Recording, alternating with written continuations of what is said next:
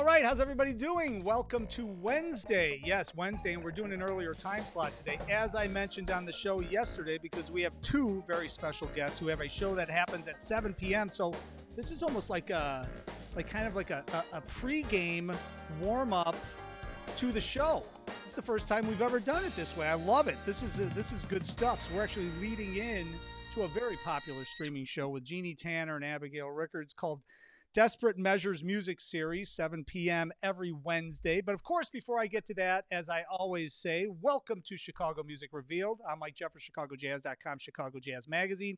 We are normally here every night at 6 p.m. Central Standard Time, but instead we're doing it a little bit earlier today, but that's all right. We can all hang out a little bit earlier today, and then we can all head over at 7 p.m. to check out the live stream show that we're going to talk to Abby and Jeannie about here in a second.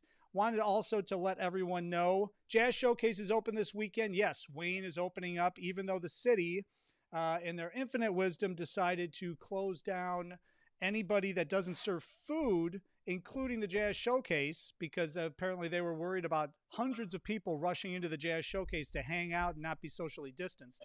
So Wayne is doing it over there with no liquor, but he needs your support. So please head over there and make sure you are, supporting live music. Denise Times is going to be on performing live. Shows at 7 p.m. and 9 p.m. Thursday, Friday, Saturday, and then Sunday, 4 p.m. and 7 p.m. accordingly. So jazzshowcase.com. Wanted to make sure I got that in. And also, as always, I am also the Director of Programming and Entertainment at the soon-to-be opening Epiphany Center for the Arts, 201 South Ashland Avenue. We are racing forward. We should be announcing shows, fingers crossed, assuming our merchant accounts and everybody gets lined up here by Friday. We should be up and rolling. If not, first part of next week, we're going to be online selling tickets to our COVID-safe performances starting September 1st. So stick around for that. Of course, all the information at epiphanyshy.com. Now, without further ado, let me bring on our favorite people. Well, my favorite people. Well, somebody's favorite people. Let me bring them on. Hang on one second here. Somebody's got to like us. Abigail Riccards and Jeannie Tanner, it is a pleasure to have you both on the show. And I've been looking forward to this for a very long time. Let me make sure I've got my sound up here. All right. So I've been looking forward to this for a very long time because obviously we're very good friends. And Abby's been on my show at the hot dog stand. So we actually have a returning guest from the hot dog stand. Jeannie didn't make it down to the hot dog stand. And unfortunately now it is being turned into a Chinese buffet. So I don't think we'll I like Chinese food. Fairly. Yeah, I did a podcast with you though early on, like 2 years ago, I think. Yes, actually, you can. Like Chinese food better than hot dogs. Yeah. Well, I don't think the guy's going to let me in there with a camera, so don't worry about it. I don't think Do you want me to call him? No. That won't be crazy at all. Hey, Abby knows people. You know what I'm saying? She's Italian. You know what I'm saying? I can imagine that Abby knows a lot of people. I know. I get it. But yes, Jeannie, to your point, you came down and did a podcast down at the office, actually, at the Chicago Jazz Magazine office down in 1965. So yeah, that's right. I've had you both on. But now, Words and Music, yeah. That's right. Cool. That's right. Yeah, for your show over at City Winery. But this show, it started similar to the way I started mine, but we talked before we got live, and you brought up the point that you were first on any live streaming thing because you guys saw it coming. First. You're well, kind of first in Chicago with what we do. Yes, exactly. So Desperate Measures Music Series, Wednesdays at 7 p.m., Facebook.com, Abigail Jeannie Music. That's the place to go. Of course, it's all linked up below, so why am I even telling you anything about it? Yeah, and it's on both of our pages. You can find us. We'll find you. Yeah. We'll find you. All right, so let's talk a little bit about this because obviously for everybody that's watching this show, both of you were used to performing 5 to 7 nights a week at a lot of the different venues that everybody knows, from Andy's to the Green Mill to Eddie V's and everywhere in between, Winters. And then when this whole thing went down, it really stopped. But you guys were you guys went, well, wait a minute, this whole thing's shutting down. We better do something immediately. So you guys actually did it, I think, before even all the clubs closed officially, right? So talk a little bit about who came up with it. It was March 18th, so I think it was like 2 days after they had announced, and But the city wasn't closed down yet. Yeah, had Right. sheltered They in gave place. us they gave us notice that it was happening on, I believe it was Saturday, Or it was it was- effective or Yeah, something. yeah. So basically, I remember this distinctly. I got home from a trip and everything just started to fall apart, and I got a call that one of our main venues wasn't having us back. And so I called you and I said, "Did you hear about this?" And you're like, "Yes." And I said, "The axe is falling. Yeah. We're gonna need something here." And we had done a few gigs together. Quite a few, actually. Yeah, where we sang harmony. So I said, and during those we had live streamed a song here and there. Yes. So I said, if this continues, we got a live stream. We got to do something. It wasn't an original idea, people, but we just were fast. We were just pushing everybody else out of the way. That's all. Yeah. So we had been doing these for a couple of years off and on, where Abby would play a set and I would sing harmony with her, and then we'd switch off. I'd play piano, whatever, but never two pianos. That was never. So this was just like. So we talked on a Friday, and by Tuesday, she called me. She's like, "Let's go." So we're like, "Okay, tomorrow night." We had no plan. We didn't know how this is going to go. We were just like, "Okay, put up the cameras." And Susan put up the cameras. And then I get here, and this gorgeous background is here, and it's like dead of winter, even though it's March. But I remember it was like really cold. But a little sort of a little nightclub atmosphere. Yeah. Susan put up all these lights, and away we went.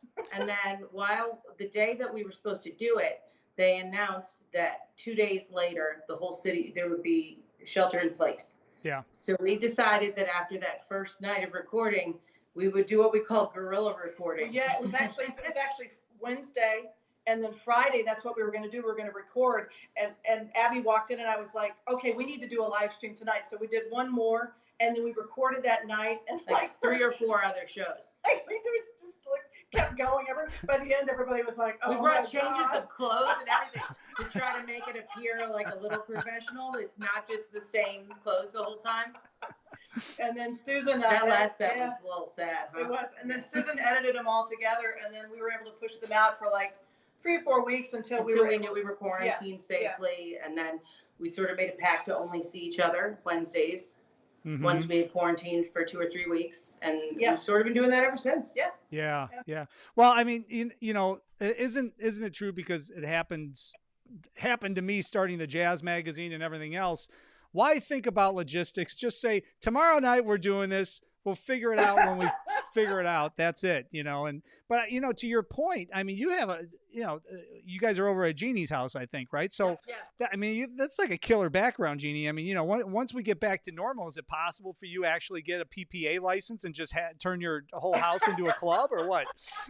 We've talked about it. A lot of people want to come over, and we've actually talked about having guests, and then or also doing house concerts. Sure. But the one thing you're probably finding too that we're finding is that we're also reaching a different audience than we would have normally been reaching when we do our club, and regular gigs. Especially when it was winter, right? Yeah. It was cold out, and people were telling their friends, and everybody was stuck in and had no idea what to do with them. But even now, I have people check in from all over the United States, family, friends, people that I used to, gig with, or family or whatever. Abby, the same thing. People overseas. Yeah. We've made friends of friends. Yes. Well, that's the thing that I've talked about on this show a ton of times, is because if there's a silver lining to this whole thing, you guys can talk about this because you're experiencing, you just touched on it. But, everybody's so used to, especially in your cases, everybody was so used to rushing from one gig to another gig to another gig to another gig. Who would have time to sit down and actually do like a live stream performance and think that they were going to be able to connect? But I feel like by you guys doing this and all these different musicians who are figuring it out, and there's good ones, good live streams, bad live streams, and the people that are figuring out, like yourselves, that can come up with a concept, come up with a quality stream, good background, good sound. I think you're starting to reach people and build an audience that you would have never done in normal times, because you just wouldn't have had the time to sit down, nor would you even thought about doing a live stream and quote unquote giving it away for free. I know you guys have virtual tip jars and stuff, but now I think that this is the kind of thing that, and you tell me, I mean, when you guys, if we ever get back to normal, which I think is still going to be a while, when you guys are back performing, I'd imagine that it's probably worth your while to get together and do a live stream, right? Absolutely. No more free samples, Jefferson. You get paid for the next one. Damn. What I was Man. actually going to say before I got scary was we owe a lot of thanks to friends who've helped us Yeah. to improve quality. Like, not only did Susan set up this amazing background and she was editing stuff, like when we did all those pre-recordings, but we've had people, Stacey McMichael, helping with the some of the tech stuff, and then we just lucked out with the way that our sound system is set up. Because we didn't have a way to go direct at the time from our. We set it like it was a gig. Yeah, it was Yeah. just set it up like it was a gig, but put one of the speakers very close to where the phones are, and it works great because you get the ambient, feed, and then you also get it directly into the phone, and it works great. I've had so many people call me, and Abby too. Like after we started doing, how are you getting your sound so great? Are you going direct? I don't know. I'm using my 10-year-old sound system. I'm just, pointing it at the camera. A lot of people are going direct. They're going through systems and stuff. We're not at that point. We can do it with OBS, but for the live streams like this, it works really well. Well, for us. and a lot of times when you go through systems, it creates a whole level of other problems that you have to deal with at that point. We had that. And it's way easier to be able to just roll like myself. I've got this set up in my office. I can just roll in, sit down, Skype, do interviews. I know the sound's running fine and all that stuff. So to your point, you've got it set up. You can sit down, have it happening and all that. But I think, this is turning into something where, I mean, I have to imagine that you guys are really building an audience. And when you go back and you're able to play some live things, this is going to be a great promotional vehicle for you, isn't it? Oh, for sure. So. Yeah, for sure. Yeah. And it also is, it's a new brand for us. Like, Abby started doing some solo brunch things, and then she's done some stuff with her trio. I've done some things with my quartet on the patio. But this has stayed consistent. This has stayed consistent. And it also is building a brand that we had wanted to do this for a couple of years. And so here we are. It just sort of like happenstance because we love singing together. And the added is, just 2 pianos as opposed to 1. But, and then we bring in guests, Stacey has come by, and then with my trio, Derek and Stacey have done stuff. And then, Sean and Andrew Green Sean Jacoby, I should say, not Andrew Green. They're not brothers. The other brothers. You got all the family working. I only work with families. Well, it's interesting because I was actually watching a stream, and I don't know if you've ever had this person on your show, but this person, 3 Martini Jeannie, was on there, and she's crazy. She's half in the bag. She out in the driveway looking in through the windows. Is that where she is? Might as well call her 17 Martini. If only I just want to point out, Susan wanted to make sure everyone knows those martini glasses are actually 3 drinks in there, and I usually just have a sip. I'm just saying. Fine, denial is the first step, That's right. That's right. That's okay. Nobody likes a quitter. All right, so let's talk about what people can hear. So if they're experiencing this for the first time and they're coming on here, you guys, you're both accomplished musicians. Obviously, you both have headlined at all of the different clubs. I mean, Jeannie, you've come out with some incredible different recordings with all your original compositions. Abigail, you've come out with some incredible recordings. You've played all over the entire, country. Both of you have. Abby's from New York, and you used to be a staple like at Smoke and some of the bigger clubs out there. And Jeannie's played and Jeannie's played City Winery here many times, and Jazz Showcase and Andy's and all that stuff. I mean, how do you guys come up with like the repertoire for both of you to sit down and do? Because you have to have hundreds of tunes to be able to pull from. So what's the content? And not only that, but watching the live stream, I think a lot of people are going to enjoy this because it's not just jazz. I mean, you guys delve into the pop scene, probably a lot of the influential stuff that you grew up listening to. So how do you guys decide on the repertoire? I think we've both been doing the piano bar thing for a few years in addition to the jazz clubs. Yeah. So that increases your rep exponentially. Like I can't even tell you. I know, Jeannie's better about learning current pop songs because Stacey really likes those. Jeannie, I need you to learn blah blah for if Lupe for yeah. blah, If there's someone my age in the crowd and they're like 80s and 90s, I'm like, I got you, But so we have this vast, and it's sort of. Well, the way we really actually we'll sit down after we're done talking to you, and we just take a half an hour and go through the sets and figure out what we're feeling for the night. What we haven't done in a while. But I think the common denominator is songs that have good harmonies. songs that can work well with two singers and two pianos. That's sort of how we, and we'll do a solo thing here and there. And Jeannie also will sometimes allow me to have a short snippet of time at the beginning to do things like TV themes and trivia, music trivia that I like to do. So it's a give and take. And then I'm not doing it tonight, but a lot of times I'll have my percussion out and play my trumpet along with it. So it's sort of whatever we're feeling. And it's fun because we can also take requests.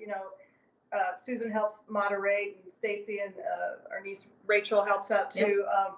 So we can kind of get, because I don't know if you've found this, but when you're live streaming, it's really distracting to have to look at your phone and see who's on there. So it's nice to actually have someone who's like, hey, so-and-so is watching and they want to hear blah, blah. Yeah, landslide. Or Justin Timberlake or whatever, like they want to hear something and we can sort of, go from there. So yeah, it's fun. We just sort of make it up as we go along. We sort of start with the set list, but we'll go off of it. And a lot of times Jeannie will have a set list when I arrive and I'll be like, I hate 70% of those songs. So we throw it out and start over. I just start putting together songs. Well, and but I think that actually that brings up an important point that I want to address. Like, we're pointing out all the great things, like how wonderful is it to live stream and reach new people. But I just want to touch on that this is a very difficult emotional time for us too, for everybody. Mike, Right. I'm sure you're going through the same thing. I have days where I feel like I can live like this, I can do this, and then days where I'm like, what is happening? I can barely get out of bed. So I found a lot of times one of us is having one of those barely get out of bed days on a Wednesday, and coming here sort of centers us again. Yep. And like I'll show up and either Jeannie's not talking much, or I'm, complaining about everything. It's so out of character for me. So clearly I must be troubled if that's what's happening. But Jeannie and I didn't want to say anything, but that's it. Like obviously, besides being colleagues and working at all the really same venues, we're like best friends. So this was a very easy thing to fall into, and it became an emotional support for us. And so we selfishly thought we were doing it for ourselves. Like, well, this makes us feel better. And sometimes nice people tip us. And then we started getting all these messages from people around the country. Cards. Handwritten cards. Our neighbors actually heard us and they call it the music house now. The magical music house, because it has all the music and all the flowers. That's what one of the kids said. I was like, I love that. And so it's been therapeutic for everyone involved, I think. Yeah. So it's important to remind ourselves that this is the gamut of emotions here, and I'm super psyched that we're doing this talk with you, and I do see a bunch of positives. But if people watching this are like, why don't I feel as happy as they do? We don't always. And this helps us with it. This helps us to center ourselves. Well, and all of us know a lot of musicians. I mean, all the musicians. We're hurting, man. We're hurting, Mike. I mean, the entire business is wiped out, and I've talked about this a lot of times with musicians from New York, from LA, from Texas, from everywhere that I've had on the show. And, even during the economic crash back in 2008, 2009, there was still business for musicians. There was still something happening. The clubs. People were still getting married and stuff. Exactly. People were still going out to Andy's. They were going to the mill. They were going places. This is like the worst industry to be in for several reasons. One, the venues are closed. We can't perform, right? There isn't any performances happening necessarily. And number two, a lot of the musicians, and I don't know how many people watching this know this, but from a casual music standpoint, if you're not a musician, you might not realize this. A lot of musicians are the ones that fall through those cracks because they're not W-2 employees. Mm-hmm. And a lot of them aren't necessarily even getting a 1099. It's a lot of, sole proprietors and things like that fall through the cracks, where a lot of that unemployment, a lot of the different benefits, a lot of the aid programs didn't apply to the musicians or even to the venues. The venues are struggling. They can't open up. They can't do 50 or less and have it make any sense if you're like the Metro or if you're your city winery. They can't just open up. It doesn't make any sense. Oh, so totally. There's a lot. This industry is like the worst industry for something like this to happen in, and I don't know how many people really understand that. And I know all of us, not to go down onto a downer note here, but I mean, I think we're going to be looking at some venues closing here shortly because, I mean, you just can't afford to continue to pay a rent or a lease and not be able to open back up. And it's just one of those things, which then is going to drive right into the entertainment business, right into all the musicians that aren't going to have those venues to go back to and perform in. So, the entire world is kind of readjusting, but this is one of those industries that's just, it's brutal. And Decimated. Well, and it's right in line with the theaters and the live event producers. I mean, we're all struggling, but I think there's another point here, Mike, with musicians live streaming who are self-contained. Like, I can live stream by myself. I can play the piano and sing. We're very fortunate. So can Abby. We can play together. We've got our groups. But for side musicians, well, as a drummer, you need a band. You're going to sit there and play drums and put up your PayPal? You kidding me? I send you a little money. Don't worry. I'm doing that next week. Are you kidding me? Who wouldn't want to listen to? Yeah. Who wouldn't want to listen to a Mike Jeffers bossa nova for 45 minutes? His PayPal. His PayPal is paradiddle@gmail.com. I'm gonna now. You know what? Mike Jeffers. I'm gonna. But you know what I'm saying? Like, if you play guitar, if you play saxophone, but if you're a saxophonist or you're actually a vocalist who doesn't play piano, it puts you in a really precarious position, because you got to go find the other musicians, and especially when we were locked down, you didn't have that option. So right. I think we're in a unique position here, and I think you're absolutely right. As to your point before, we'll continue to do this. Even when it comes back, we will continue to do this. We've already talked about the possibility of both not taking a Wednesday night gig should things come back, to just keep this the way it is. Well, I think you guys are building something, and you're constantly figuring things out, just like a lot of the other musicians are trying to figure things out and navigating. But thank God, could you imagine that if we didn't have the internet, we didn't have social media, and didn't have the ability to live stream things right now? Oh, I keep thinking about if this happened when we were kids, we'd have like an Atari and 3 channels. And that would be, I think about the kids in that. I'd be playing Pac-Man and watching ABC the whole time. Like, that'd be it. Our parents would be drinking heavily, I'm sure. Hey, I hear from other parents that they already are drinking heavily. All right, so let's talk a little bit about both of you, though. We should steer them over. So why don't we take Abby? Why don't you take this one first? I mean, you came out with a release a couple of years ago, right? That was your last release. Am I remembering that correctly? I actually have one in the hopper, and I have a release date at the Green Mill the first weekend of November right now, but we shall see. Yeah. Oh, great. I haven't talked to Dave. I mean, obviously we just go with whatever's going on, but I mean, it's funny. I just went to see my parents because I hadn't seen them in a while, and my dad said to me, as I was leaving, I'm talking about getting other part-time jobs, and he goes, "Don't ever forget you're an artist. Don't walk away from that, no matter what happens." That's exactly right. And he's totally right. I can't walk away from it, and part of the reason, when we're talking about it being a downer for musicians, it's like we don't choose to do this for the money or for it. Like, this is just what we do, and I always tell people, if you can see yourself doing something else, then do it besides being a musician, because it's a hard life as it is. Yeah. And, so I still have projects going on. Like I have a video recording for something coming up in about a month that you'll hear about when I announce it. And, like I said, I'm still releasing that album whenever that might be. So we got to keep trucking, man. Yeah. Carry on. Well, and Jeannie, I mean, you just came out. It was last year, or was it 2 years ago already now when you came out with the last release that was Words and Music, but since then I've put out some singles, a couple of Christmas things, yeah. And then now I'm working on a new release called I Want to Be the Change. It's actually going to be released in a couple of weeks. That's awesome. Thank you. I wrote it for a concert at City Winery last year for MLK's birthday celebration. And it's just sort of morphed into one of those, people really like it, let's do something. So we just filmed some video on footage on Sunday, working with LaShira Moore Ellis, who's amazing, and Sophie Grimm and myself. And I just want to put out the message to people that, it's personal. I want to be the change. Not pointing any fingers, like we're all in this together. Let's figure it out. And then I've also been doing, continuing on with TV and film projects. I've got a couple of songs that are going to be in the Dolly Parton show, Heartstrings on Netflix, which will be in the fall. And I plan to star in a Dolly Parton show. And then I also wrote I wrote the score for an online web series called Bong Zombies, which is actually really funny. I watched it with her. Bong Zombies. It's a bunch of guys who smoke weed and yeah.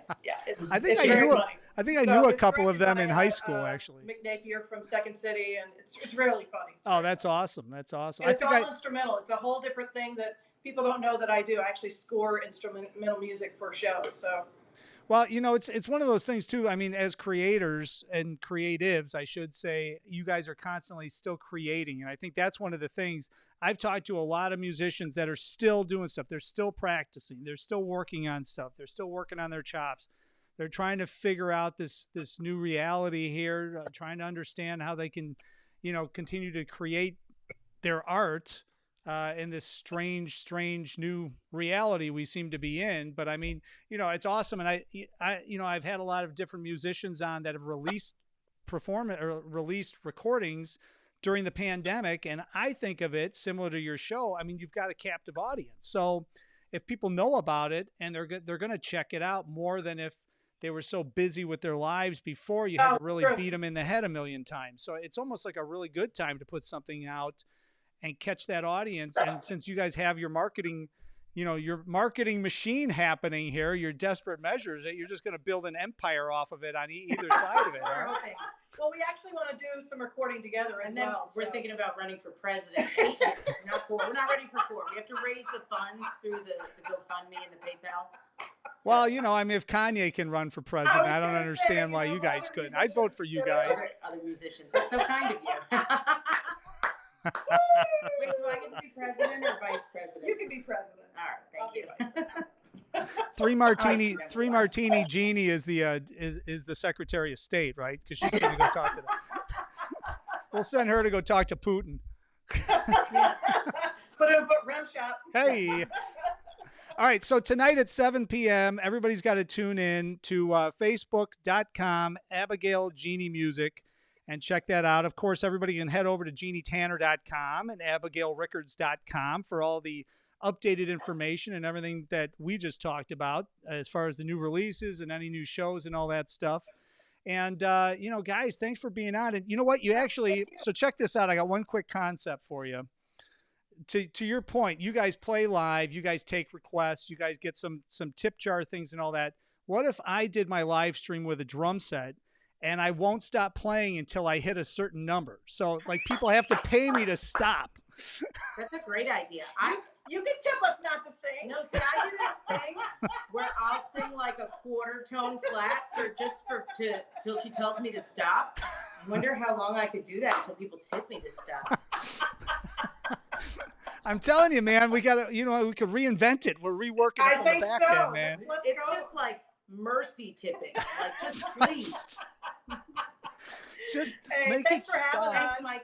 Oh, no, thanks, guys. Thanks for being on. Congratulations, and we'll be watching at 7 p.m. tonight and every Wednesday. All right, take care. We'll see you soon. Thank you. All right. Jeannie Tanner, Abigail Rickards, and, we didn't even get into the other stuff that they do, but they do a ton of different things. We were going to talk a little bit about Abigail Rickards being down at my show and trying to put ketchup on the hot dog. And I had to say that when she wasn't on so she doesn't bother me. But anyways, we stopped that whole thing right in the tracks. Anyways, thanks, guys. Thanks for being on. Jeannie Tanner, Abigail Rickards, always a pleasure. And wow, what a show. It's 6:05, and we are ending early because we started early, but tomorrow we'll be back at 6 p.m. Central Standard Time. And of course, Friday, our Blues Friday, we've got Jimmy Burns, the legendary Jimmy Burns is going to be on the show on Friday at 6 p.m., of course, with co-host Dave Katzman. He's going to be joining us. And tomorrow's guest will be announced very shortly. We're going to put that up, but I always appreciate everyone watching. That was a fun interview. If you liked what you heard, please comment. Please leave us a message. Please DM us if you got an idea for the show. DM us. Of course, thank you for watching. As I always say, if you like what you're here, please tell your friends, tell your family, call the grandkids. Chicago Music Revealed right here every day, 6 p.m. Central Standard Time. I will see you on the next broadcast.